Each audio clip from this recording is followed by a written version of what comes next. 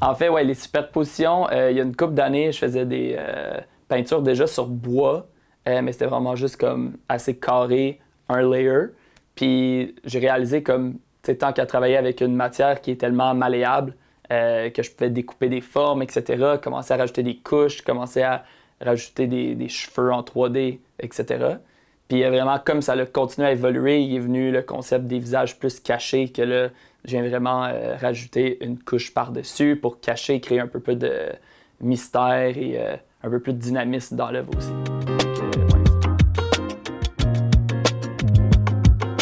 Ouais, j'étais à New York pour une résidence d'artiste.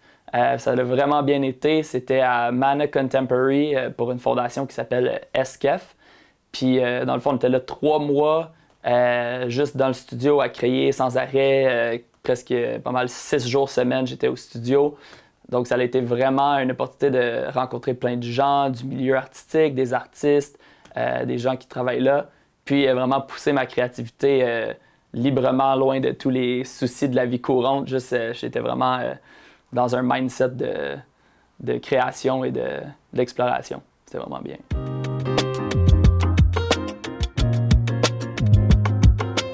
Tous les pays.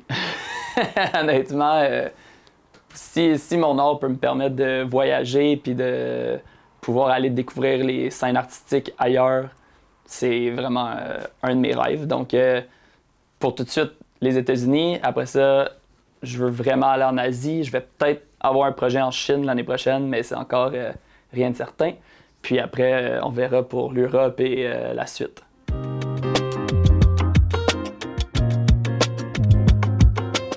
Oui, donc la prochaine expo, ça va être vraiment, premièrement, toutes les œuvres que j'ai créées durant ma résidence à New York. Donc, j'ai descendu avec un gros camion, aller récupérer le tout et j'ai monté ça ici pour l'original le 1er juin.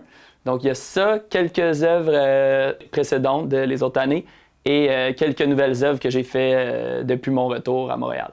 Donc, il va y avoir vraiment beaucoup d'œuvres que on va voir la complexité qui s'est développée à New York, plus de couleurs vibrantes, etc., des nouveaux concepts, un peu de nouveaux styles aussi.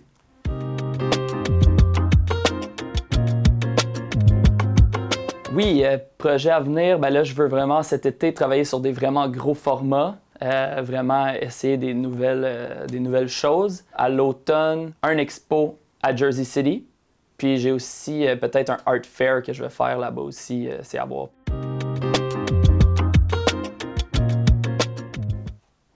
C'est tough, 3 mots. Hein? Curieux, manuel, créatif, curieux, exploratif, c'est un mot? Curieux, oui, manuel curieux, et spontané. Spontané, but it took me 5 minutes to come. En 3 mots, je dirais curieux, spontané et manuel. Tu les as trouvés comme ça maintenant? Ouais.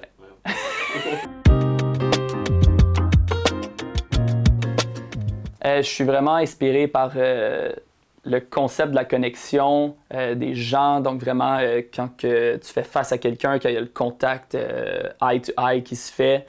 Donc il y a vraiment cette idée-là tout le temps dans mes toiles, le focus sur les yeux. Tu fais face à quelqu'un qui est un peu un énigme pour toi au début. Puis c'est pour ça qu'il y a les parties cachées. Ça donne envie de découvrir plus. Puis en fait, c'est ça qui est cool avec le concept des œuvres cachées. C'est qu'on a quasiment l'impression, vu qu'il y a des parties cachées, ça nous attire plus à essayer de voir ce qu'il y a derrière. Je dirais que c'est un style qui est un mélange entre la peinture et la sculpture. Je dirais que c'est du portrait, mais exploratif.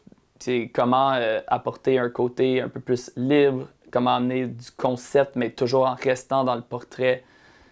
C'est vraiment une exploration de la matière. Ce qui m'inspire, c'est comme tous les artistes, n'importe qui se lance là-dedans, puis qui a le courage de faire ça, puis qui fait des expos. Je te dirais, à chaque semaine, il y a un artiste différent qui m'inspire, dépendant de qu'est-ce que j'ai vu cette semaine-là. Tout de suite, je veux dire, quand j'avais, je pense, j'ai des photos de moi à 1 an en train de dessiner. Ma mère, elle a gardé des dessins que j'ai faits à 2 ans.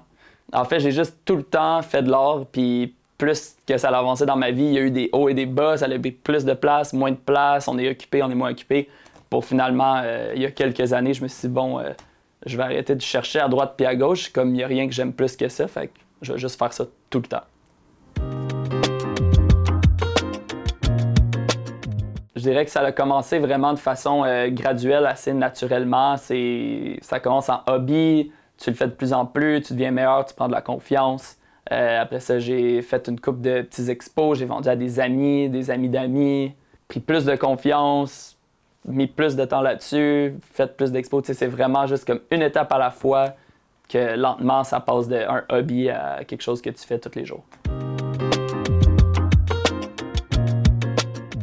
Il y en a 1000. Je veux dire, c'est ça, la carrière d'artiste, c'est des obstacles. Puis dans le fond, c'est juste que chaque obstacle, tu fais juste lentement trouver une solution.